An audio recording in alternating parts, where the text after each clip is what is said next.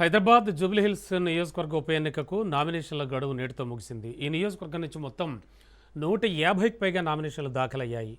ఇక దాఖలు గడువు మధ్యాహ్నం 3 గంటలకు ముగిసింది. ఆ సమయానికి గేటు లోపల ఉన్న వాళ్ళందరికీ నామినేషన్ దాఖలు చేయడానికి అవకాశం కల్పించారు. బీజేపీ అభ్యర్థి లంకల దీపక్ రెడ్డి ఈరోజు నామినేషన్ దాఖలు చేశారు.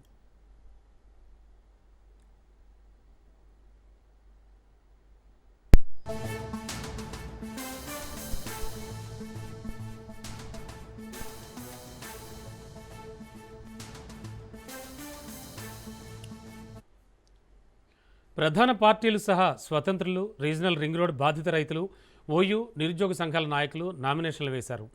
రేపటి నుంచి నామినేషన్లు పరిశీలిస్తారు. అక్టోబర్ 24 వరకు నామినేషన్ల ఉపసంహరణకు అవకాశం ఉంది. నవంబర్ 11న పోలింగ్ జరగనుండగా 14న ఫలితాలు వెల్లడవుతాయి.